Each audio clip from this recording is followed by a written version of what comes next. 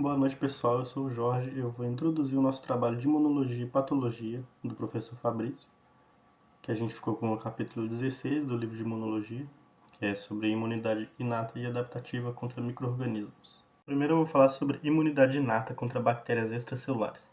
Nesse sistema imunológico tem dois principais mecanismos de defesa, que são basicamente a ativação do complemento por via alternativa, que resulta na opsonização, e fagocitose aumentada de bactérias. E o segundo mecanismo, a ativação de fagócitos, que reconhece as bactérias extracelulares por meio de receptores de superfície, e o produto desse reconhecimento ativa vários sensores citoplasmáticos. Além disso, os fagócitos secretam citotoxinas que causam a inflamação.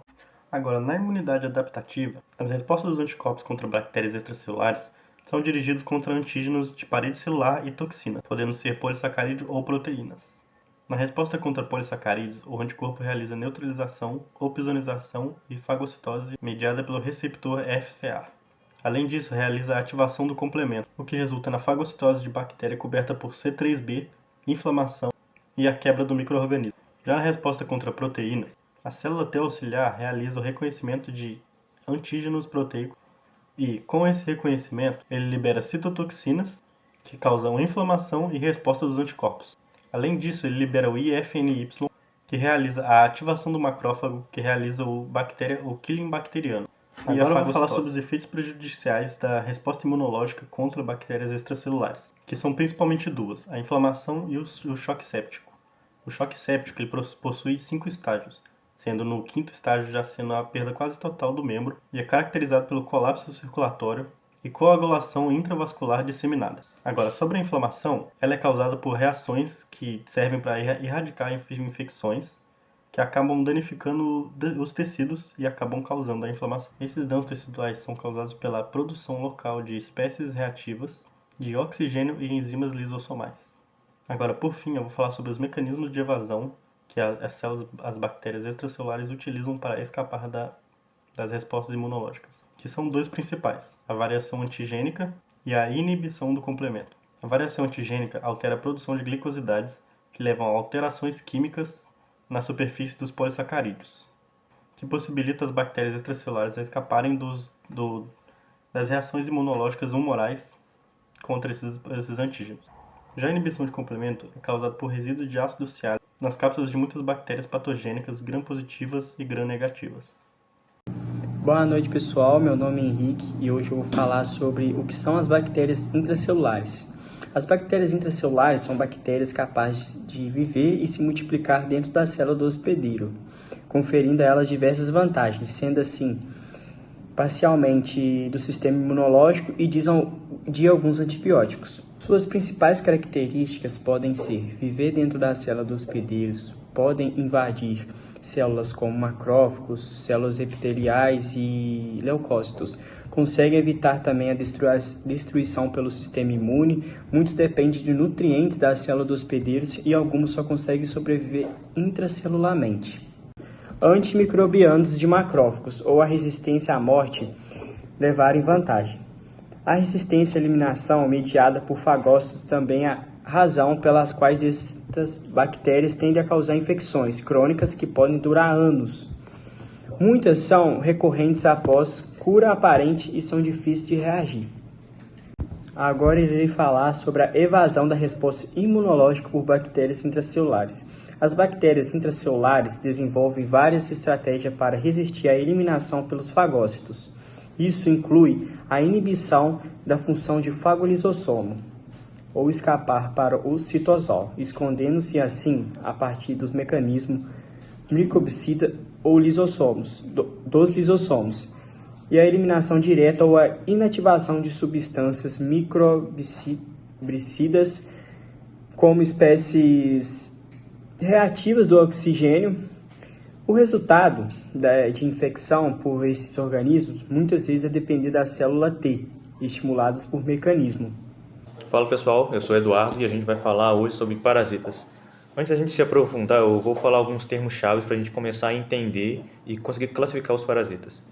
Primeiramente, um parasita ele é um ser vivo que ele retira nutrientes de outro ser vivo para se desenvolver e crescer. E há dois meios de transmissão principal, que são a transmissão direta, feita por saliva, por meio fecto-oral ou sexual, e sangue também. E o meio de transmissão indireto é por qualquer tipo de objeto que esteja contaminado. Outra classificação dos parasitas são parasitas eurigênicos, que são parasitas bem distintos entre si, bem específicos, que contaminam um grupo bem limitado de pessoas. Já os parasitas esterogênicos são parasitas bem próximos uns dos outros, bem similares, com baixa especificidade. Eles contaminam pessoas em geral, com nenhum grupo seleto, ou podemos dizer assim. Dando continuidade às classificações dos parasitas, temos os ectoparasitas, que são aqueles que têm dependência parcial metabólica com seus hospedeiros, e os endoparasitas, que são aqueles que têm dependência total metabólica de seus hospedeiros.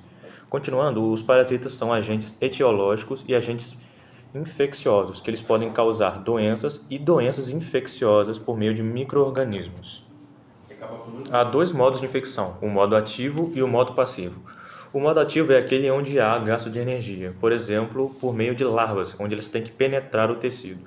E o modo passivo é aquele onde não há gasto nenhum energético, por exemplo, por meio de saliva, sangue ou por meio sexual e fecto-oral, como eu falei anteriormente, nos modos diretos de transmissão. Passando agora para o ciclo de vida dos parasitas, tem o ciclo monogênico, onde só há um hospedeiro durante toda a vida do parasita, e o heterogênico, onde obviamente tem mais de um. Falando agora sobre vetores, um vetor é o meio de transmissão, o modo de transporte do parasita, podendo ser biológico ou mecânico. A diferença entre eles é que o modo mecânico, o vetor mecânico, ele é aquele onde somente há o transporte do parasita de um ponto A ao ponto B, onde não há nenhuma alteração do parasita. Já o vetor biológico, há uma alteração, seja ela de desenvolvimento ou de multiplicação do parasita. O parasita pode se encontrar em forma de cisto ou trofozoito. O modo de cisto é uma forma de resistência do protozoário que apresenta uma capa dura e resistente. Já o trofozoito é o estágio adulto ou forma ativa do protozoário, onde ele pode se alimentar, se movimentar e se reproduzir de forma totalmente autônoma. Falando de termos sobre isso, o cisto e o trofozoito, temos o encistamento, que é onde o trofozoito se torna um cisto, e o encistamento, onde o trofozoito ele se torna um cisto. O parasita ele pode ter um hospedeiro intermediário ou um definitivo. O hospedeiro intermediário é aquele que apresenta o parasita em sua fase larvária ou sexuada. Já o definitivo é a fase adulta e sexuada. Falando agora sobre mecanismos patogênicos, vamos a falar primeiramente sobre ações indiretas e imunopatogênese. A ação irritativa e alérgica é aquela que, quando apresenta a constante presença de antígenos excretados pelo parasita, induzem respostas inflamatórias crônicas ou reações alérgicas severas no hospedeiro. Falando agora de dano imunoimediato, muitas vezes o maior causador de dano não é o parasita em si, mas a reação exagerada do sistema imunológico.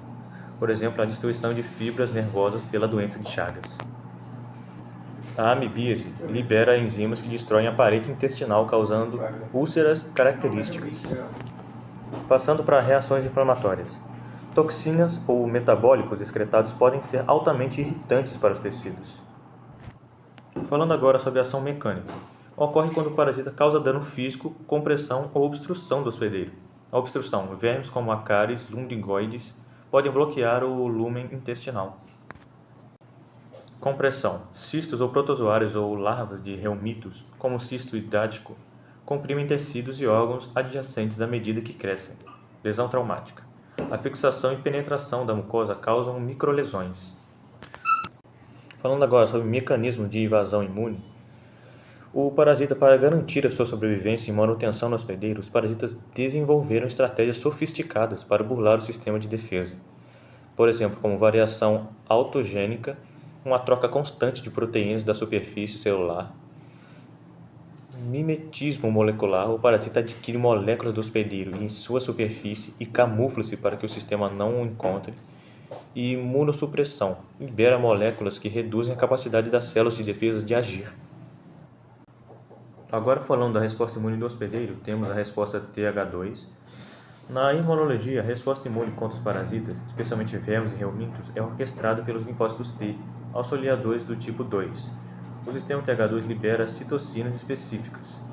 O objetivo inicial é criar um ambiente que expulse o parasita através do aumento do muco. contrações musculares intestinais e ativação das células agressoras. Contudo, os parasitas desenvolveram formas de manipular essa via, diminuindo a eficiência da resposta do TH2 e promovendo um estado de tolerância crônica em vez de eliminação total. Agora falando da hemoglobina IgE. A IgE é um anticorpo-chave produzido pelo corpo em resposta a infecções parasitárias. Ela atua ligando-se a receptores específicos presentes nos eosinófilos, mastócitos e basófilos. Essa ponte entre o anticorpo e a célula de defesa facilita o processo chamado citotoxicidade celular dependente de anticorpos, onde a célula imune é guiada com precisão para atacar a superfície do parasita. A ironia clínica é que a presença do IgE e os eosinófilos em grande quantidade demonstra que o sistema imune está tentando lutar. Por serem organismos muito complexos, essa linha de frente baseada em IgE e eosinófilos muitas vezes resulta em inflamação crônica, permitindo que a infecção persista. Agora falando especificamente sobre os eosinófilos. Os eosinófilos são glóbulos brancos essenciais no combate aos parasitas. Eles são recrutados em grande quantidade para o tecido infectado através da ação de citocinas, o TH2. Ao chegar perto do parasita, os eosinófilos liberam conteúdo de seus grânulos, substâncias tóxicas e enzimáticas. Como os vermes são grandes e possuem tegumentos, cobertura grossos e os eosinófilos causam danos importantes aos invasores, mas muitas vezes não conseguem destruí-los por completo devido ao tamanho e à resistência do parasita. Olá pessoal, vou dar continuidade sobre o que os meninos falaram. Vou falar sobre imunidade contra os fungos e posteriormente irei falar sobre imunidade contra os vírus. Bom, primeiramente, o que é imunidade contra os fungos? É o conjunto de defesas, no caso células e moléculas, que o organismo utiliza para combater a invasão e a proliferação de fungos patógenos. Existem dois tipos de infecções fúngicas: as infecções endêmicas, que os fungos estão presentes no ambiente e penetram através dos esporos nos seres humanos, e nas infecções fúngicas oportunísticas, os fungos causam doenças brandas e não manifestam em indivíduos sadios. Na imunidade contra os fungos também está presente a imunidade inata e adaptativa. Bom, a inata é a primeira linha de defesa do organismo, no qual já nascemos com ela. Ela combate infecções fúngicas, e a imunidade adaptativa vai ser muito diferente da imunidade inata. A inata a gente nasce com ela, a adaptativa a gente vai desenvolver ao longo da vida. Ela reconhece indivíduos de forma específica e cria memória imunológica. Com isso, ela permite atacar patógenos uma velocidade altíssima e protege o seu sistema imunológico. Os fungos são organismos diversos. Estão presentes em microscópicos unicelulares e macroscópicos pluricelulares. Suas principais categorias englobam cogumelos, leveduras, bolores, mofos e líquens. Vou colocar ao lado algumas imagens sobre o que eu acabei de dizer para que vocês entendam melhor. Como havia dito, também irei falar sobre a imunidade contra os vírus. A imunidade contra os vírus é essencial para o nosso corpo, já que com ela a gente vai combater diversas infecções virais que estão presentes a todo momento no nosso corpo, e ela vai combater isso. Os vírus são parasitas intracelulares. Para quem não sabe, intracelular é dentro das células de uma forma mais simples de se falar. Eles são parasitas intracelulares porque eles precisam invadir a célula, né, para conseguir se abrigar ali, para viver, para se multiplicar. Eles utilizam material genético para isso. E durante todo esse processo de invasão, de multiplicação, eles causam diversas lesões dentro das células, né, que acabam dificultando a funcionalidade normal do nosso corpo. Por isso, o sistema imunológico ele tenta combater de todas as formas, combater o vírus. Para concluir, a evasão da resposta imunológica contra os vírus. A evasão vai ser a forma que o vírus vai utilizar de escapar do sistema imune. Então, para dificultar a ação do sistema imune, os vírus irão produzir diversas proteínas para atrasar o funcionamento do sistema imune. Eles vão bloquear etapas como a apresentação de antígenos e o transporte. E a imunidade inata e adaptativa contra os vírus vai ter a função de inibir e destruir células infectadas pelos vírus. O interferons tipo 1 irá ser da parte inata e anticorpos e neutralizantes será da adaptativa. Quando o sistema é invadido, células infectadas são destruídas pelas NK na inata e pelo CTL na adaptativa. Bem, agora eu estou aqui para poder falar com vocês sobre a vacinação. Para isso, a gente precisa de entender desde o início o que é a vacinação. E ela se consiste em você colocar uma forma enfraquecida ou uma parte do causador da doença dentro do corpo do hospedeiro, seja ele o vírus, a bactéria, o causador da doença. Isso faz com que o sistema de defesa imune do nosso corpo possa reconhecer esse antígeno que está entrando dentro e produzir aquilo que vai ser a sua resposta imune. Ou seja, ele vai criar uma memória para quando ele for infectado pela forma mais agressiva, mais ativa desse antígeno, ele possa já estar preparado para poder se defender. E aí, para isso, existem vários tipos de vacinação. Entre elas, um dos grandes exemplos que a gente tem é a vacinação com antígenos purificados, que consiste em os cientistas pegarem, estudarem o antígeno causador da doença e descobrirem qual é a parte dele que causa a doença, qual é a enzima, qual é a proteína específica por causar essa doença. Depois disso, eles extraem essa proteína, essa enzima, essa substância e colocam ela dentro do corpo da pessoa que será vacinada. Isso faz com que a pessoa ela seja capaz de produzir a defesa imune sem que ela tenha o ataque direto do vírus dentro do corpo. Isso faz com que ela vai ter apenas a parte que ela precisa para poder construir essa defesa imune, sem ter o vírus lá dentro se multiplicando, se fortalecendo e se espalhando pelo corpo da pessoa. O que evita, dessa forma, com que ela tenha os sintomas, uma vez que o vírus não está realmente dentro do corpo dela, apenas a parte causadora da doença. Além disso, a gente tem, por exemplo, a vacinação com DNA. Ela se resume em pegar sequências de bases de DNA do antígeno causador da doença e pegar exatamente a parte dessa sequência que codifica a enzima, a proteína, a substância que irá causar a doença. Depois disso, em laboratório, é feita a síntese dessa parte e colocada dentro do corpo do hospedeiro. Isso vai fazer com que o corpo dele reconheça e leia aquela sequência de aminoácidos, podendo então produzir uma defesa imune novamente sem a participação do vírus dentro do corpo. A grande diferença é que quando a gente tem a vacinação por DNA, essas sequências de base elas são feitas em laboratório, elas não são extraídas diretamente do próprio antígeno causador da doença. Além disso, a gente tem a vacinação com vírus vivos ou vírus recombinantes, que se consiste em você pegar o vírus causador de uma determinada doença e depois modificar ele geneticamente para tornar ele mais fraco. Isso faz com que o vírus causador da doença entre dentro do corpo da pessoa, porém ele não tem força e nem vigor suficiente para conseguir se multiplicar, se espalhar e se reproduzir de grandes formas e nem de causar a doença no seu estágio pleno, no seu estágio mais agressivo. Isso faz com que o corpo tenha contato diretamente com o vírus, porém uma versão sua fraca, que não é capaz de causar grandes males ao hospedeiro. Isso é muito importante, porque o vírus, o seu corpo, essa defesa imune, tem um contato direto com o causador da doença, porém sem que ele seja diretamente grandemente afetado por ela. E existe, claro, a nossa defesa passiva, que se consiste na pessoa realmente ter o contato com o vírus na sua forma plena, na sua forma ativa, e o seu corpo ser capaz de se defender, de produzir a sua resposta imune. E isso ela é muito importante, porque faz com que o seu corpo seja preparado a novas invasões, o que faz com que você não seja mais afetado da mesma forma que você seria afetado.